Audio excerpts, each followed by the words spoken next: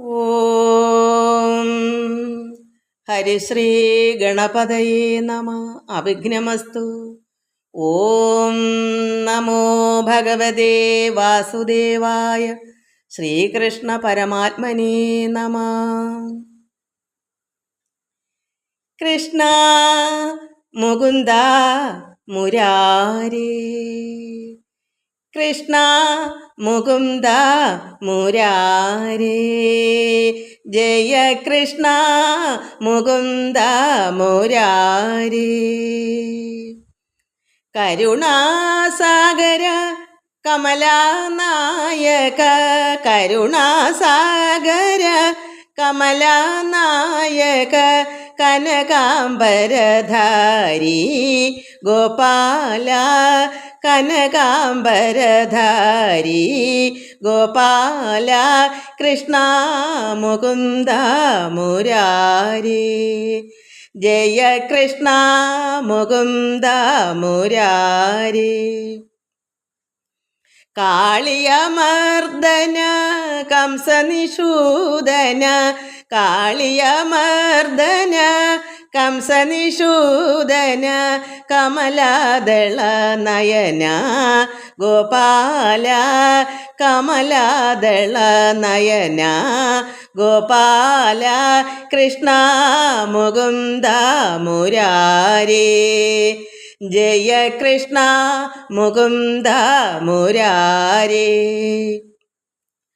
കുടിലകുന്തളം കുവലയദള നീലം, മധുരമുരളീരവലോലം, കോടിമദനധാവണ്യം, ഗോപീ പുണ്യം ഭജാമി ഗോപാലം. ഗോപീജനമന മോഹന വ്യാപക, ഗോപീജനമന മോഹന വ്യാപക, കുവലയദള നീല ഗോപാല, കുവലയദള നീല ഗോപാല, കൃഷ്ണ മുകുന്ദ മുരാരേ, ജയ കൃഷ്ണ മുകുന്ദ മുരാരേ, ജയ കൃഷ്ണ മുകുന്ദ മുരാരേ. കരുണാസാഗര കമലാനായക, കരുണാസാഗര കമലാനായക, കനകാംബരധാരി ഗോപാല, കനകാംബരധാരി ഗോപാല, കൃഷ്ണ മുകുന്ദ മുരാരേ, ജയ കൃഷ്ണ മുകുന്ദ മുരാരേ. സർവഭക്തമക്കൾക്കും എൻ്റെ വിനീതമായ പ്രണാമം. എല്ലാവർക്കും ശാന്തിയും സമാധാനവും എല്ലാ നന്മകളും ഉണ്ടാകണമെന്ന് പ്രാർത്ഥിക്കുന്നു. ഒത്തിരി മക്കൾ ഇന്ന് കമൻസ് ചെയ്തിട്ടുണ്ട്. എല്ലാ മക്കളെയും ഞാൻ ഭഗവാനിൽ അർപ്പിക്കുന്നു. ഇനിയൊരു ദിവസം എല്ലാ മക്കളുടെയും പേര് എന്നും പറയാൻ സമയമില്ല മക്കളെ. അതുകൊണ്ടല്ലേ എല്ലാവരെയും ഞാൻ എപ്പോഴും ഓർക്കുന്നുണ്ട്. എല്ലാവർക്കും ഒരു വിഷമവും ഉണ്ടാകാതിരിക്കാനും എപ്പോഴും ഭഗവാനിൽ അർപ്പിക്കുന്നു. എപ്പോഴും ഭഗവാനെ കണ്ണ ഈ മക്കളെ എല്ലാവരെയും, ഭാഗവതം വായിക്കുന്ന മക്കൾ മാത്രമല്ല സാധുക്കളായ ഭക്തന്മാരായ എവിടെയുണ്ടോ അവരെല്ലാവരും അവർക്ക് വേണ്ടി തന്നെ അതാണ് ലോക സമസ്ത സുഖിനോ ഭവന്ത്. അല്ലാത്തവരെ കൂടെ ഭഗവാനിൽ ഭക്തി വർദ്ധിച്ച് നന്നാക്കി എടുക്കണേന്നും കൂടെ ഉണ്ട് നമുക്ക് ചിന്തകൾ. കാരണം ആരും നശിച്ചു പോകരുത്. അറിവില്ലാത്തവർക്ക് അറിവുണ്ടായി വരണമല്ലോ.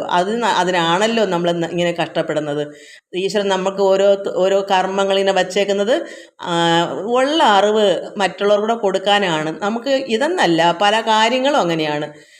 എത്രയോ മക്കൾ എന്തെല്ലാം രീതിയിലാണ് ഓരോ സഹായങ്ങൾ ചെയ്യുന്നത്. അതായത് ഗൃഹമില്ലാത്തവർക്ക് ഗൃഹം കൊടുക്കുന്നു, അതായത് വീടില്ലാത്തവർക്ക്, അല്ലാത്ത ആരോരും ഇല്ലാത്തവരെ അനാഥാലയത്തിൽ കൊണ്ടുപോകുന്നു. അതുപോലെ തന്നെ മൃഗങ്ങൾക്ക് വേണ്ടി എത്രയോ പേരാ നമ്മൾ ഇതിൽ കൂടെ കാണുന്നത്. എത്ര പേരാ. കാരണം ഇന്ന് ഒരുപാട് മൃഗങ്ങളെ വളർത്തിയിട്ട് വേണ്ടാത്തവ അടിച്ച് ദൂരെ കളഞ്ഞ എൻ്റെ കണ്ണുകൊണ്ട് കണ്ടതാ ഒരു കാഴ്ച. ഞാൻ അറിയുന്നില്ല എന്തിനാ ഇതിനെങ്ങനെ അടിച്ച് വീട്ടിലുള്ള ഗൃഹനാഥയും മക്കളും എല്ലാം ഒരു നായെ ഇങ്ങനെ ദൂരെ എറിഞ്ഞും അടിച്ചും ഓടിച്ചപ്പോൾ അതിന് അവൻ്റെ വീടെന്ന് പറഞ്ഞ് കയറി ചെല്ലുന്നു അങ്ങോട്ട്. അതിനനുസരിച്ച് ഞങ്ങൾ തൊട്ട് താഴെ ഒരു വീടാ, അങ്ങനെ അതിനെ ഓടിച്ച് ഒത്തിരി നാൾ കുറച്ച് ദിവസം അങ്ങനെ ഇരുന്നപ്പം ഒരു എല്ല് മുട്ടുമായി മുതുവെല്ലാം പുഴുവും വെച്ച് ഇങ്ങനെ. അപ്പോൾ അടുത്തൊരു വീട്ടിൽ നിൽക്കുന്നു, അത് നടക്കാൻ വയ്യ. അപ്പോൾ ഞാൻ ചോദിച്ചപ്പോൾ ആ കുട്ടി പറഞ്ഞു അത് ഇന്ന വീട്ടിൽ പട്ടി അവരെ അടിച്ചിറക്കണം. അപ്പോൾ ഞാൻ കണ്ടതാ അതിനെ ഇട്ട് ഓടിക്കുന്നു അടിക്കുന്നു, റോഡേ ഓടിക്കുക. അങ്ങനെ തന്നെ ഞാൻ എത്ര നാൾ 1.5 വർഷം അതിന് ഞാൻ ആഹാരം കൊടുത്ത് അതിന് നല്ല ആ തൊലിയൊക്കെ വെച്ചതിന് തൊലിയൊക്കെ പുണ്ണ് പിടിച്ച് പോയായിരുന്നു, തൊലിയൊക്കെ വിരിഞ്ഞ് വല്ലാതൊരു അസ്ഥി കൂടാതെ. അപ്പോൾ അങ്ങനെയൊക്കെ നോക്കുമ്പോൾ നമുക്ക് പല പല സഹായങ്ങൾ ജീവജാലങ്ങൾക്കും മനുഷ്യർക്കും എല്ലാവർക്കും ചെയ്യുന്ന ഓരോ കർമ്മങ്ങളും വിലപ്പെട്ടതാണ്. ഇന്നത് തന്നെ ചെയ്യണമെന്നില്ല. ഇപ്പോൾ ഭാഗവതം തന്നെ അറിവുള്ളതിനെ ഉള്ള അറിവ് മറ്റുള്ളവർ കൊടുക്കുന്നത് പോലെ തന്നെയാണ് എല്ലാ ലോകത്ത് എല്ലാ നാനാ ജീവികൾക്കും എല്ലാവർക്കും എന്ത് സഹായവും ചെയ്യുന്നതാണ്. അതെല്ലാം ഉത്തമമായ കാര്യങ്ങൾ. അതുകൊണ്ട് നമുക്ക് ഇന്നതേ ആകാവുള്ളുന്നില്ല. എല്ലാവർക്കും നമസ്കാരം മക്കളെ. ഓം ലോകാ സമസ്ത സുഖിനോ ഭവന്തു. നമുക്ക് ഇന്നലെ വായിച്ചതിൻ്റെ ബാക്കി നമുക്കിന്ന് വായിക്കാം. നമ്മൾ ഇന്നലെ കുറച്ചിഞ്ഞ് വായിച്ച് പോയി അർത്ഥമൊന്നും പറയാൻ പറ്റിയതുമില്ല. എനിക്ക് അത്രയ്ക്കങ്ങ് പറയാനുള്ള അറിവുമില്ല. കാരണം ഇവിടെ ഓരോരുത്തർക്കും ഓരോ രീതി. കാരണം ജീവോഹമെന്നും ബ്രഹ്മോഹമെന്നും പിന്നെന്താ എന്തൊക്കെ ഈശോഹം, ഇങ്ങനെ 4 അഹം എന്ന് പറയുന്നത് നമ്മൾ ഓരോരുത്തർക്ക് ക്ഷത്രിയർക്ക് ഇന്നതാണ്, അതായത് വൈശ്യൻ ഇന്നതാണ്. ഇപ്പം ക്ഷത്രിയൻ പറയും ഈശോഹം എന്ന് വെച്ചാൽ ക്ഷത്രിയൻ്റെ മനസ്സിൽ ഈശ്വരൻ ഞാനാകുന്നു അഹം. വൈശ്യൻ പറയുന്നത് എന്തായിരിക്കും? ജീവോഹം എന്നാണ് തോന്നുന്നു. ജീവോഹം. കാരണം ജീവൻ നമുക്ക് നിലനിൽക്കണ്ടേ, അതുകൊണ്ട് ഞാൻ ജീവനാകുന്നു എന്ന്. പിന്നെ ബ്രാഹ്മണൻ എന്താ? ബ്രഹ്മോഹം. അതുപോലെ തന്നെയാണ് ശൂദ്രൻ എന്താണ്? പിന്നെ ദേഹോഹം, അതായത് ഞാൻ ദേഹമാകുന്നു. ഇങ്ങനെ 4 അവസ്ഥകളാണ്. അതുകൊണ്ട് പരമാത്മാവിന് എന്തെങ്കിലും മാറ്റം ഉണ്ടോ അതൊക്കെ നമ്മൾ വായിച്ചതിന് അർത്ഥം പറയാൻ അത്രയ്ക്ക് എനിക്ക് പിടിയില്ല. പക്ഷെ നമ്മളിതൊന്നും അങ്ങനെ അറിഞ്ഞിട്ടില്ല. ഇതൊക്കെ എന്നോ പണ്ടൊക്കെ ഉള്ള കാര്യങ്ങളായിരിക്കും, ഇപ്പം ഇങ്ങനൊന്നും കാണത്തില്ല. അതുകൊണ്ടായിരിക്കും നമുക്കതൊന്നും അറിയാത്തത്. അപ്പോൾ എന്താ 4 പേര് ബ്രാഹ്മണ ക്ഷത്രിയ വൈശ്യ ശൂദ്ര ഇവർക്കെല്ലാം ഓരോ രീതിയിലാണ്. ബ്രാഹ്മണൻ ബ്രഹ്മോഹം, ക്ഷത്രിയൻ എന്തുവാ നോക്കാം, ക്ഷത്രിയൻ ഈശ്വരനാണെന്ന്, വൈശ്യൻ ജീവോഹം ഞാൻ ജീവനാകുന്നെന്ന്, പിന്നെ ശൂദ്രനാണെങ്കിൽ ദേഹോഹം ഞാൻ ദേഹമാകുന്നു. ഇങ്ങനെ അവരവരുടെ ഇഷ്ടമനുസരിച്ചുള്ള രീതിയിലൊക്കെയാണ് ഇത് പറയുന്നത്. അപ്പം നമ്മളിതൊന്നും മനസ്സിലാക്കിയിട്ടോ പഠിച്ചിട്ടോ ഇല്ലാത്തതുകൊണ്ട് ഇതിനെപ്പറ്റി പറയാൻ അറിയത്തില്ല. അപ്പോൾ എന്താ ഇവിടെ പറയുക? ബ്രഹ്മമഹം എന്ന ഭാവമൂലം കൊണ്ടും ബ്രഹ്മകർമ്മങ്ങൾ ചെയ്തിടുക ബ്രാഹ്മണൻ. നമ്മളിതാ വായിച്ചു നിർത്തിയത്. അപ്പോൾ ബ്രഹ്മം അഹം, ഞാൻ ബ്രഹ്മമാകുന്നു, അഹം ബ്രഹ്മാസ്മി. അതാരാണ്? ഒരു ബ്രാഹ്മണൻ. ബ്രാഹ്മണൻ എന്ന് പറഞ്ഞാൽ ഇപ്പം ഇതിനെപ്പറ്റി അറിവുള്ള എല്ലാം പഠിക്കാനുണ്ട്. അതുകൊണ്ട് അതായത് ഇപ്പോൾ ജാതിയൊന്നും ഞാൻ പറയുന്നെന്ന് വിചാരിക്കല്, ഏത് വർണ്ണത്തിൽപ്പെട്ടവർക്കും ബ്രാഹ്മണനാകാം. എന്താ? ഞാൻ ബ്രഹ്മമാകുന്നു, അഹം ബ്രഹ്മാസ്മി.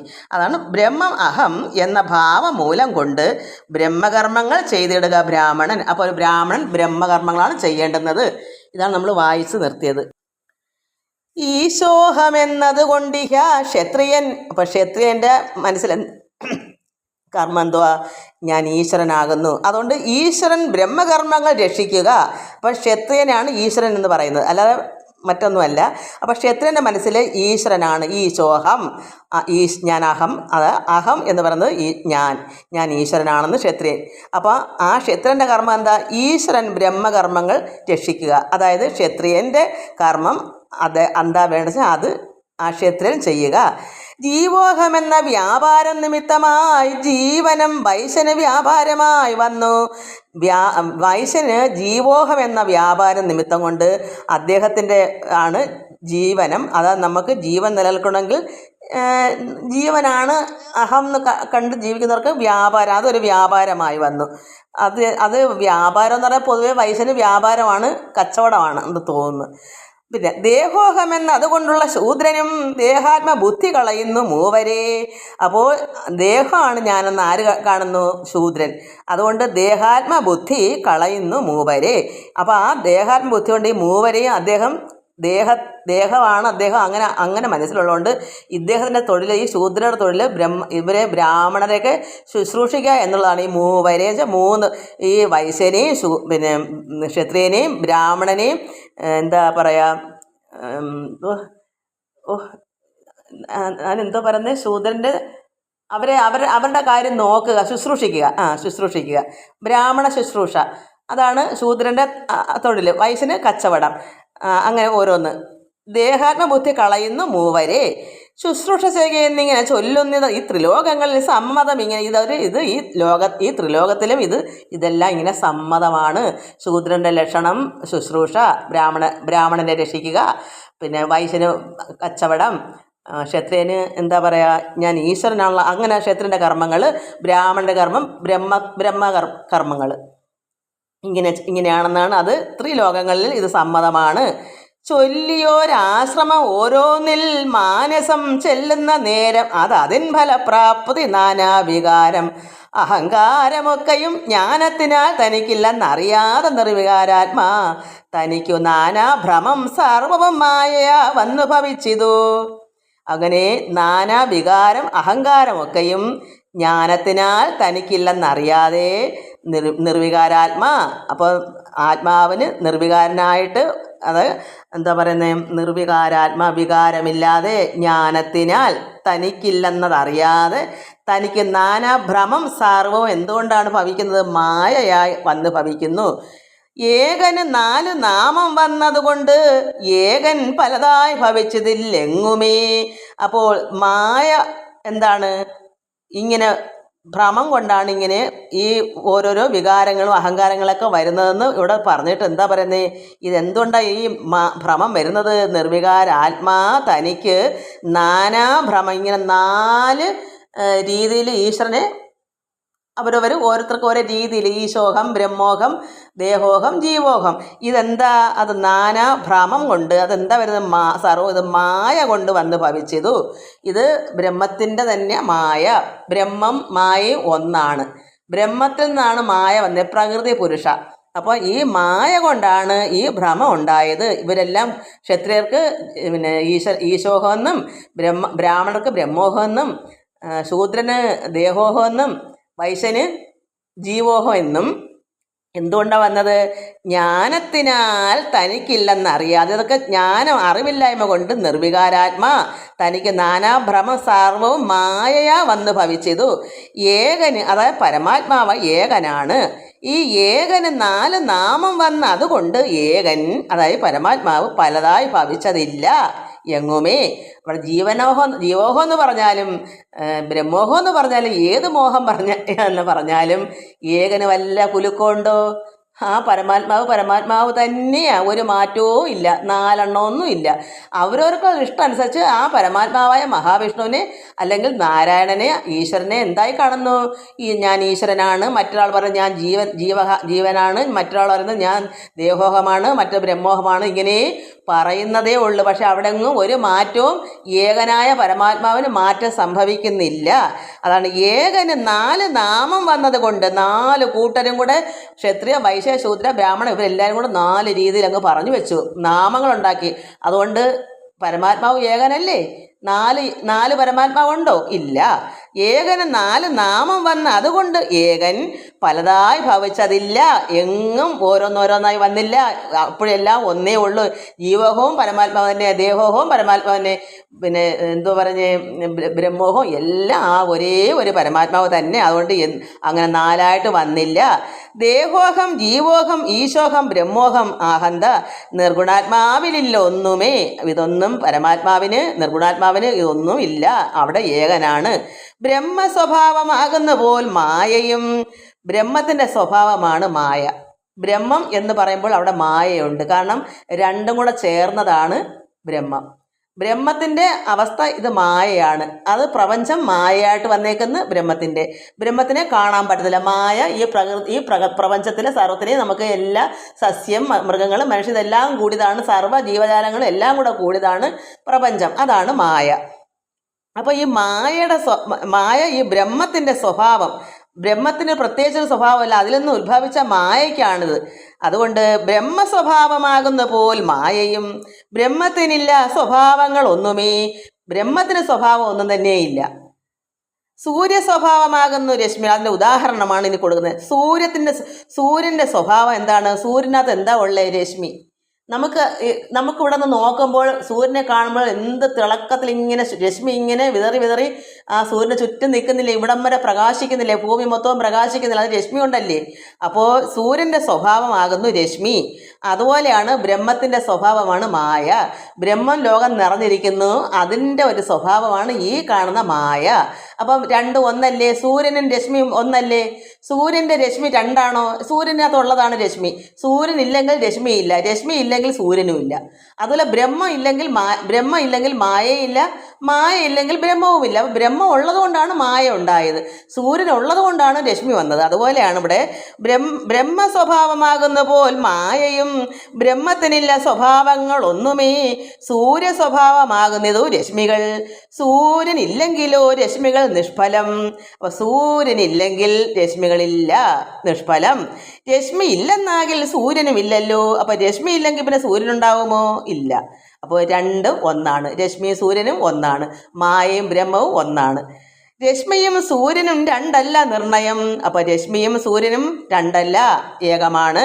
അതുപോലെയാണ് ഇത് ഉദാഹരണം തന്നേക്കും. അതുപോലെയാണ് ബ്രഹ്മവും മായയും, അതായത് പ്രകൃതി പുരുഷ. അപ്പം നമ്മൾ എന്താണ്?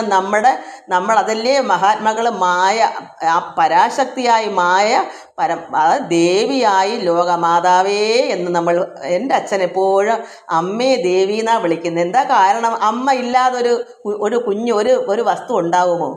അമ്മയല്ലേ മുന്നേ ഉള്ളത്. പരബ്രഹ്മവും അമ്മയും കൂടെ മാതാവും കൂടെ ചേർന്ന് തന്നെയാണ്. പക്ഷേ മാതാപിതാ ഗുരു ദൈവം എന്നാ പറയുന്നത്. അപ്പോൾ മാതാവായി കാണുന്ന ആരെയാ? മുന്നേ അമ്മയല്ലേ. അപ്പോൾ അമ്മയെ ദേവി, പരാശക്തി. അപ്പോൾ നമുക്ക് അത് രണ്ടല്ല, ഒന്നാണ്. പരബ്രഹ്മത്തിൻ്റെ ആണ് മായ. മായ ഇല്ലെങ്കിൽ ബ്രഹ്മമില്ല. ഞാനിത് തോനെ വായിച്ചു പോകാൻ പറ്റില്ല, ഇങ്ങനെ പറയുന്നുണ്ട്. ഇത് മക്കളെ നിങ്ങൾക്ക് മനസ്സിലാക്കാൻ വേണ്ടി പറയുന്നതാ. ഉള്ള അറിവല്ലേ പറഞ്ഞുതരാൻ പറ്റും, അല്ലാത്ത എനിക്ക് പറയാൻ പറ്റത്തില്ലല്ലോ. അപ്പോൾ എന്താ പറയാ, നമുക്ക് ഒന്ന് മനസ്സിലാക്കേണ്ടത് ഈ ലോകം മൊത്തവും ബ്രഹ്മമാണ് നിറഞ്ഞിരിക്കുന്നെങ്കിൽ അതിൽ മായയുണ്ട്, അത് ബ്രഹ്മത്തിൻ്റെ ആണ്. അത് നമ്മൾക്ക് തന്നെ മനസ്സിലായി. ശിവശക്തി അതാണ് നമ്മൾ പറയുന്നത്. അതിനെ വ്യാഖ്യാനിച്ചാണ് നമ്മൾ ശിവശക്തിയായിട്ട് കാണുന്നത്. അതിലും മനസ്സിലായില്ലെങ്കിൽ ഒരു വീട്ടിൽ എല്ലാ ജീവജാലങ്ങളിലും ഉണ്ട് അമ്മയും അച്ഛനും. ആനയ്ക്കുണ്ട് അമ്മയും അച്ഛനും, പക്ഷിക്കും ഉണ്ട് അമ്മയും അച്ഛനും, മനുഷ്യർക്കും ഉണ്ട് അമ്മയും അച്ഛനും, ഈ സസ്യങ്ങൾക്കും ഉണ്ട്. ഏതിനാ അമ്മയും അച്ഛനും ഇല്ലാത്തത്? അപ്പോൾ അമ്മയെ കളഞ്ഞിട്ട് അച്ഛനെ മാത്രം ആരും സ്നേഹിക്കുമോ? രണ്ടും ഒന്നല്ലേ. അമ്മ ഇല്ലെങ്കിൽ അച്ഛനുമില്ല, അച്ഛനില്ലെങ്കിൽ അമ്മയും ഇല്ല. അങ്ങനെ മക്കൾക്ക് ആർക്കെങ്കിലും അച്ഛൻ മാത്രം ഉണ്ടാവുമോ? അങ്ങനെയാണ് ഇത് മനസ്സിലാക്കേണ്ടത്. അപ്പോൾ സൂര്യനില്ലെങ്കിലോ രശ്മികൾ നിഷ്ഫലം. രശ്മി ഇല്ലെന്നാകിൽ സൂര്യനും ഇല്ലല്ലോ. രശ്മിയും സൂര്യനും രണ്ടല്ല നിർണയം. അപ്പോൾ രശ്മിയും സൂര്യനും ഒന്നാകുന്നു, ബ്രഹ്മവും മായയും ഒന്നാകുന്നു. ബ്രഹ്മം രവി, രശ്മി മായ, രശ്മിയായത് മായ. അതും അങ്ങനെ എടുത്തെടുത്ത് വ്യക്തമായി പറഞ്ഞേക്കുക മനസ്സിലാക്കാൻ. ബ്രഹ്മം രവി എങ്കിൽ രശ്മിയായത് എന്താ? മായ. അപ്പോൾ എന്തോ മനസ്സിലാക്കണം? ഇനിയും ഉണ്ടൊരു ഉദാഹരണം. ഉഷ്ണ സ്വഭാവം ത്യജിപ്പില്ല വന്നിയും. വന്നി എന്ന് പറഞ്ഞാൽ അഗ്നിയാണ്. അഗ്നിയുടെ സ്വഭാവം എന്താണ്? ചൂട്, ഉഷ്ണം. അപ്പോൾ വന്നിക്ക് എവിടെ അഗ്നി ഉണ്ടോ ചൂടും ഉണ്ട്. അതായത് ബ്രഹ്മമുണ്ടോ മായയുണ്ട്, സൂര്യനുണ്ടോ രശ്മിയുണ്ട്. ഉഷ്ണം ഇല്ലെങ്കിൽ അഗ്നിയില്ല. അതാണ് ഉഷ്ണ സ്വഭാവം. അതായത് ചൂടിൻ്റെ ഈ ചൂട് എന്നുള്ള ആ സ്വഭാവം എവിടെ നിന്ന് വന്നു? അഗ്നിയിൽ. അപ്പം അത് ത്യജിക്കത്തില്ല, ആ ഉഷ്ണ സ്വഭാവം ത്യജിക്കത്തില്ല വന്നി. അഗ്നിക്ക് ഒരിക്കലും ഉഷ്ണത്തിനെ ത്യജിക്കാൻ പറ്റുമോ? അവിടെ അഗ്നി ഉണ്ടെങ്കിൽ അവിടെ ചൂടുമുണ്ട്. അതുപോലെ നമുക്ക് മായ മാറ്റാൻ പറ്റുമോ? ബ്രഹ്മത്തിൽ നിന്നെടുത്ത് കളയാൻ പറ്റുമോ? മായയ്ക്ക് ബ്രഹ്മത്തെ കളയാൻ പറ്റുമോ? അതാണ് ഇവിടെ പറയുന്നത്. അപ്പം കൃഷ്ണവർമാവ് എന്നിയേ ഉഷ്ണവുമില്ലല്ലോ. കൃഷ്ണവർമാവ് എന്ന് വെച്ചാൽ അഗ്നി. അഗ്നി ഇല്ലെങ്കിൽ ഉഷ്ണമില്ല, ഉഷ്ണം ഉണ്ടെങ്കിലേ അഗ്നിയും ഉണ്ട്. ഇതെല്ലാം ഇത് ബ്രഹ്മവും മായയും തിരിച്ചറിയാനുള്ള അതിനാണ് ഇത്രയും തന്നേക്കുന്നത്. അതിന് ഇനിയുണ്ട് ഉദാഹരണം. വെല്ലം എന്ന് വെച്ചാൽ ശർക്കര. വെല്ലം മധുര ഗുണം വിട്ടിരിക്കുമോ? മധുരം വെല്ലത്തിന് എപ്പോഴും ഉണ്ട്. അതായത് ശർക്കരയ്ക്ക് മധുരം വിട്ടിരിക്കാൻ പറ്റത്തില്ല. ശർക്കരയുടെ സ്വഭാവം എന്താണ്? കയ്പാണോ മധുരമാണോ? മധുരം. അപ്പോൾ അതിൻ്റെ സ്വഭാവമാണ് മധുരം. ഈ മധുരം വിട്ട് ഒരു ശർക്കര ഉണ്ടോ? ഇല്ല. അപ്പോൾ വെല്ലം മധുര ഗുണം വിട്ടിരിക്കുമോ? ഇല്ല, മധുരവും വെല്ലം ഇല്ലെങ്കിലോ. അപ്പം മധുരം ഇല്ലെങ്കിൽ ശർക്കര ഇല്ല. ബ്രഹ്മം ഒന്നുണ്ടെന്നിരിക്കുന്ന അതുകൊണ്ട് അപ്പൊ ബ്രഹ്മം ഒന്നുണ്ടെന്നിരിക്കുന്നു നമുക്കറിയാം ബ്രഹ്മമുണ്ട് എന്നങ്ങനെ ഇരിക്കുന്നത് കൊണ്ട് ബ്രഹ്മം ഇല്ല എന്നുള്ളവരുണ്ട് ഉള്ളതെന്നുള്ളവരുണ്ട്. അപ്പം നമ്മളിപ്പോൾ പറയുന്നത് ബ്രഹ്മം ഉണ്ടെന്ന്. അപ്പം ബ്രഹ്മം ഒന്ന് ഉണ്ടെന്നിരിക്കുന്നു അതുകൊണ്ട് ബ്രഹ്മവികാര ഭേദങ്ങളാണ് മായാഭ്രമം. അപ്പം ബ്രഹ്മം ഉണ്ടെന്ന് നമ്മൾ ചിന്തിക്കുന്നത് കൊണ്ടാണ് ഇവിടെ മായയുടെ ഭ്രമം നമുക്ക് മനസ്സിലാകുന്നത്. മായ ഉണ്ട്, ബ്രഹ്മത്തിൽ നിന്ന് മായയാണിത്. ഇതാണ് ഇത്രയും സൂര്യനെയും ശർക്കരയും എല്ലാം അഗ്നിയൊക്കെ ഉദാഹരണം തന്നെ എന്താണ്? ബ്രഹ്മത്തിൻ്റെ തന്നെ സ്വഭാവമാണ് മായ. മായ ഇല്ലെങ്കിൽ ബ്രഹ്മമില്ല. അപ്പോൾ രണ്ടും ഒന്നല്ലേ? അതായത് മാതാവും പിതാവും എന്ന് കണ്ടാൽ മതി. ബ്രഹ്മം നിർഗുണാദി ഭേദം വിട്ട് നിർമ്മലം എന്നത് അറിയുന്നത് നേരം. അപ്പോൾ ഇങ്ങനെയൊക്കെ ആണെങ്കിലും നമ്മൾ എപ്പോഴാണ് ബ്രഹ്മം ഗുണനിർഗുണാദി ഭേദം വിട്ട് നിർമ്മലം എന്നത് അറിയുന്നത് നേരം. നമ്മൾ അങ്ങനെയൊക്കെ പറയുന്നെങ്കിലും ഈ ബ്രഹ്മത്തിൽ നിന്ന് ഗുണനിർഗുണാദി ഭേദമൊക്കെ ഇല്ലാതെ ഈ ബ്രഹ്മം നിർമ്മലമാണെന്ന് എപ്പോഴാണ് നമ്മൾ തിരിച്ചറിയുന്നത്? ബ്രഹ്മത്തിന് ഗുണവും നിർഗുണവും ഒന്നും ഇല്ല എന്ന് നമ്മൾ ഒരു നിർമ്മലമായിരിക്കുന്ന ഒരു ബ്രഹ്മാനന്ദം, അതിനകത്ത് ഒന്നും ഗുണമോ നിർഗുണമൊന്നും ഗുണമുണ്ടെന്നോ ഗുണമില്ലെന്നോ ഒന്നും തിരിച്ചു പറയാതെ അതൊന്നും മനസ്സിലില്ലാതെ അതായത് പരബ്രഹ്മമായിരിക്കുന്ന ആ ബ്രഹ്മം നിർമ്മലമാണെന്ന് നമ്മൾ എപ്പോൾ തിരിച്ചറിയുന്നു അതുനേരം അജ്ഞാനഭ്രമങ്ങളും താനേ നശിച്ച് സദാനന്ദപൂർണമാം ബ്രഹ്മവിഷയമാകുന്നത് ആകുന്നു ജ്ഞാനഭ്രമം. അപ്പോൾ നമ്മൾ എങ്ങനെ സദാനന്ദപൂർണ്ണമാകുന്നേ? എപ്പോഴും സദാ ആനന്ദം ഉണ്ടാകുന്നത് എപ്പോഴാ? നമ്മൾ മനസ്സിലാക്കണം, ബ്രഹ്മത്തിന് ഗുണനിർഗുണങ്ങളൊന്നുമില്ല, അത് ആനന്ദമാണ്. ബ്രഹ്മം എന്ന് പറയുന്ന പരമാത്മാവ് എപ്പോഴും സദാനന്ദപൂർണ്ണമാണ്. അവിടെ ഗുണവുമില്ല നിർഗുണവുമില്ല, ഏകമായിരിക്കുന്ന ആ ഒരു ആനന്ദമാണ് ബ്രഹ്മം. അവിടെ ഒന്നും ഇല്ല, ഗുണവും ദോഷവും ഗുണവും നിർഗുണവും ഒന്നും ഇല്ലാതെ അത് പരമാനന്ദമാണെന്ന് ഒരു യോഗി, ഒരു സന്യാസി തിരിച്ചറിയുന്നതാണ്. അങ്ങനെ അറിയുമ്പോഴാണ് ഇവിടെ എന്താ സദാ താനേ നശിക്കും. എന്താ? ജ്ഞാനഭ്രമങ്ങളും നശിക്കും, അജ്ഞാനഭ്രമങ്ങളും നശിക്കും, ജ്ഞാനം പോലും നശിക്കും. ഒരു സന്യാസി എന്താ മൗനമായ ആനന്ദം കൊണ്ട് നടക്കുന്നേ? ആരെ ഉപദേശിക്കാൻ പോകുന്നില്ല. നമ്മളൊക്കെ ആണെങ്കിലോ കുറ്റങ്ങൾ കണ്ട ശരിയും തെറ്റും തിരിച്ചറിഞ്ഞ് അവരെ ശരിയാക്കിയെടുക്കും. അങ്ങനെയെല്ലാം എത്രമാത്രം മറ്റുള്ളവർ നന്നാവട്ടെ എന്നുള്ള ചിന്ത, മറ്റുള്ളവരെ പഠിച്ചെടുക്കണമല്ലോ. നമ്മളിങ്ങനെ മൗനവും വീക്ഷിച്ച് ആനന്ദം നമ്മൾ നടന്നാൽ മറ്റ് ജനങ്ങൾ എങ്ങനെ നന്നാവും? അവരെയും തോറ്റി എടുക്കണ്ടേ? അതേസമയം ചില സന്യാസിമാർ ആനന്ദമായിട്ട് തന്നെ ഇരിക്കും. എന്താ? നിർമ്മലമായിരിക്കുന്ന ആനന്ദം, സദാനന്ദപൂർണ്ണം. അവിടെ നന്മയും തിന്മയും ഒന്നും തന്നെ ഇല്ല. പരബ്രഹ്മത്തിന് നിർമ്മലമാണ്. അവിടെ ഒന്നും തന്നെ ഇല്ല. അതാണ് മൗനം വീക്ഷിച്ച് ഇങ്ങനെ ആരോടൊന്നും മിണ്ടാതെ എപ്പോഴും സദാ ആനന്ദപൂർണ്ണമായിരിക്കുന്ന ഒരു മൗനമായിട്ട് നടക്കുന്ന ഒരു സന്യാസിമാരെ നമ്മൾ കണ്ടിട്ടുണ്ടെങ്കിൽ എനിക്കത് പറയാനേ അറിയാം, ഞാൻ കണ്ടിട്ടില്ല. അങ്ങനെയാണ്, കാരണം അത് നിർമ്മലമാകുന്നു. അപ്പോൾ ആ യോഗിയും നിർമ്മലമായി തന്നെ നടക്കും. അദ്ദേഹത്തിൻ്റെ തെറ്റും കുറ്റവും ഒന്നും തെറ്റിനെ ശിക്ഷിക്കുന്നില്ല, ശരി പറഞ്ഞു കൊടുക്കുന്നില്ല, ഒന്നുമില്ലാതെ ഇങ്ങനെ സദാനന്ദപൂർണ്ണമായിട്ട് നടക്കും. അപ്പം ജ്ഞാനം, അതായത് നമുക്കൊക്കെ ആണെങ്കിൽ ഇപ്പം എൻ്റെ മനസ്സിൽ കഷ്ടം, ദൈവമേ എത്രയോ മക്കൾ ഇതിനു വേണ്ടി കൊതിക്കുന്ന 4 അക്ഷരമേ ഉള്ളെങ്കിൽ അത് നമുക്ക് പറഞ്ഞു കൊടുക്കണം എന്നുള്ളൊരു ചിന്ത ഉണ്ട്. ഈ ആനന്ദപൂർണ്ണം അനുഭവിക്കുന്നവർക്ക് ചിലർക്ക് ഇങ്ങനെയുള്ള അവരുടെ കർമ്മം അവർക്ക് ചിലപ്പോൾ അവസാനത്തെ നിമിഷമായിരിക്കും. നമുക്ക് ചിലപ്പോൾ ഇതൊക്കെ കടന്നായിരിക്കും പോകേണ്ടത്. ആനന്ദം പിന്നെ മതിയായിരിക്കും. ദൈവത്തിൻ്റെ ഓരോ നിശ്ചയങ്ങളല്ലേ. എൻ്റെ ഉള്ളിൽ എന്താ വിഷമവും വേദനയും വന്നതെന്താ? അപ്പോൾ ഇതെൻ്റെ കർമ്മമായിട്ടല്ലേ. അങ്ങനെ ചിന്തിക്കണം. എല്ലാവർക്കും ചെയ്യേണ്ട കർമ്മങ്ങൾ ചെയ്യാനായി നമുക്ക് ഇന്ന കർമ്മങ്ങൾ ചെയ്യാനായിട്ടായിരിക്കും നമ്മൾ ഭൂമിയിൽ ഇങ്ങനെ ജനിക്കുന്നത് തന്നെ. ഈശ്വരന് ചില പദ്ധതികളൊക്കെ കാണുമല്ലോ. അതുകൊണ്ട് നമ്മൾ എന്ത് വരണം? ജ്ഞാനഭ്രമങ്ങളും അജ്ഞാനഭ്രമങ്ങളും, അപ്പോൾ അറിവില്ലായ്മയുള്ള ഭ്രമങ്ങളും അറിവുള്ള ഭ്രമങ്ങളും താനെ നശിക്കും. എന്നിട്ട് എന്ത് വരും? സദാനന്ദപൂർണ്ണമാം. അതാണ് ഒരു യഥാർത്ഥ ജ്ഞാനി. അങ്ങനെ ബ്രഹ്മവിഷയമാകുന്നു ജ്ഞാനഭ്രമം. ബ്രഹ്മത്തിൻ്റെ വിഷയമാണല്ലോ ജ്ഞാനഭ്രമം. കർമാതി വിഭ്രമമായ വിഷയം. അപ്പോൾ ഒരു ബ്രഹ്മത്തിൻ്റെ, ഈ പറയുന്ന ബ്രഹ്മത്തിൻ്റെ വിഷയം എന്താണ്? അറിവാകുന്ന ഭ്രമം. അപ്പോൾ അതുകൊണ്ട് ബ്രഹ്മം മായ ആണെങ്കിൽ ജ്ഞാനം വന്നാലും ഭ്രമമാണ്. ഇപ്പോൾ എനിക്ക് ഭ്രമമുണ്ട്. എന്താ ഭ്രമം? മറ്റുള്ളവർ കൊടുക്കണമുള്ള ഭ്രമം. ഞാനിവിടെ അടങ്ങിയിരിക്കുന്നില്ല. എനിക്ക് മറ്റുള്ളവർ തെറ്റ് ചെയ്താലും അത് ശരിയാക്കണമെന്ന് അറിയാത്തവർക്ക് അറിഞ്ഞു കൊടുക്കണമുള്ള ഭ്രമമാണ്. അതെന്തുകൊണ്ടാണ്? ഇത്രയെങ്കിലും അറിയാമെങ്കിൽ അത് പറഞ്ഞു കൊടുക്കണ ഭ്രമം. അപ്പം അജ്ഞാനത്തിലും ഭ്രമമുണ്ട്, അജ്ഞാനത്തിനും ഭ്രമമുണ്ട്. അജ്ഞാനം വെച്ചാൽ അറിവില്ലാത്ത ഭ്രമം. ഒന്നും അറിയാൻ മേത്ത ഭ്രമം, അറിഞ്ഞവൻ്റെ ഭ്രമം, ഇതിനെല്ലാം മായയുടെ കളിയാണ്. അതുകൊണ്ട് ബ്രഹ്മ വിഷയമാകുന്നു ജ്ഞാനഭ്രമം, കർമാതി വിഭ്രമം മായ വിഷയവും. അപ്പോൾ മായയുടെ വിഷയം എന്താണ്? കർമാതി വിഭ്രമം. അപ്പോൾ അവിടെ അറിവിൻ്റെ ഭ്രമമുണ്ട്, കർമ്മത്തിൻ്റെ ഭ്രമമുണ്ട്. കർമ്മം എന്ന് വെച്ചാൽ ഇത് ഞാനൊരു കർമ്മം ഇപ്പോൾ ചെയ്യുവാണ്, ഇത് നമ്മളൊരു ക്രിയയാണ്. ഇപ്പോൾ കണക്കിട്ട് കൊണ്ടിട്ട് അത് ക്രിയ ചെയ്യൂ എന്ന് കുട്ടിയെടുത്ത് പറഞ്ഞാൽ എന്താ ക്രിയ? ഇപ്പോൾ ഭഗവാൻ എന്നോട് ഒരു കർമ്മം ഒരു ഇതിട്ട് തന്ന്, കണക്കിട്ട് തന്ന്, ഈ ഭാഗവതം ഇത് കുട്ടി നീ ഇത് ക്രിയ ചെയ്യൂ, ഞാനിപ്പോൾ ക്രിയ ചെയ്യുക. അപ്പോൾ അത് ക്രിയാഭ്രമം, അതും മായയുടെ വിഷയമാണ്. അതുപോലെ ജ്ഞാനം, അത് അറിവിൻ്റെ ഭ്രമം. ഇങ്ങനെ ഇത് ഞാനെല്ലാം ഊഹിച്ച് പറയുന്നതാണ്, ശരിയോ എന്നൊന്നും എനിക്ക് വ്യക്തമല്ല, എൻ്റെ അറിവിനൊത്ത് പറയുന്നു. എങ്ങനെ ഇത് മനസ്സിലാക്കി പറയുന്നു. അപ്പോൾ ബ്രഹ്മ വിഷയമാകുന്നു ജ്ഞാനഭ്രമം, കർമാതി വിഭ്രമം മായ വിഷയവും. ഏവം അറിവതിനായിക്കൊണ്ട് ഭക്തിയും ആവർമുത മഹാസേവയും മൂലമായി സർവജനത്തിനും മുക്തി വരുമെന്ന് കേവലാത്മാവിൽ അറിയടോ മന്നവ.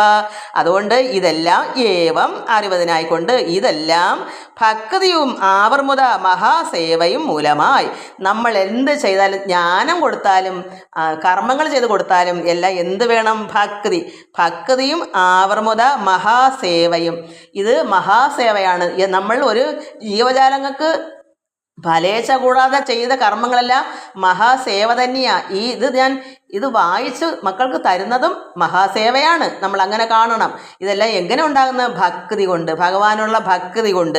അപ്പോൾ ഏവം ഇങ്ങനെ ഈ കർമാതി വിഭ്രമം മായാ വിഷയവും ബ്രഹ്മ വിഷയമാകുന്ന ജ്ഞാനഭ്രമവും ഇതെല്ലാം എങ്ങനെയാ? ഏവം അറിവതിനായിക്കൊണ്ട് ഭക്തിയും ആവർമുത മഹാസേവയും മൂലമായി സർവജനത്തിനും മുക്തി വരുമെന്ന് കേവലാത്മാവിൽ അറിയടോ മന്നവ. ഇങ്ങനെ ആയാൽ നമുക്കെല്ലാവർക്കും മഹാസേവകൾ, മറ്റുള്ളവർക്ക് വേണ്ടി ചെയ്യുന്ന എന്ത് സേവയും അതെല്ലാം മഹാസേവ. ഇതെല്ലാം എന്ത് വരും? മുക്തി വരുമെന്ന് അറിയടോ, കേവലാത്മാവിൽ അറിയടോ മന്നവ. ആരാ മന്നവൻ? യുധിഷ്ഠിരൻ, അതായത് ധർമാത്മജൻ, അർജുനൻ്റെ ജ്യേഷ്ഠൻ. ആര് പറഞ്ഞു കൊടുക്കുന്നത്? നാരദ മഹാമുനി. പണ്ട് അപ്പോൾ ഈ നാരദ മഹാമുനി പറയാ, സമയം പോയല്ലോ ദൈവമേ, അതിനി നാം പിന്നെ വായിക്കാം മക്കളെ. സർവജനത്തിനും മുക്തി വരുമെന്ന് കേവലാത്മാവിൽ അറിയടോ മന്നവ. നമ്മളിത് മനസ്സിലാക്കണം. നമ്മൾ നല്ല കർമ്മങ്ങളും സേവകളും സേവനങ്ങളെല്ലാം ചെയ്യണം. അവിടെ ഒക്കുന്നത്. എല്ലാവർക്കും നമസ്കാരം. ഓം ലോകാ സമസ്ത സുഖിനോ ഭവന്തു. ഹരി ഓം, ഹരി ഓം, ഹരി ഓം.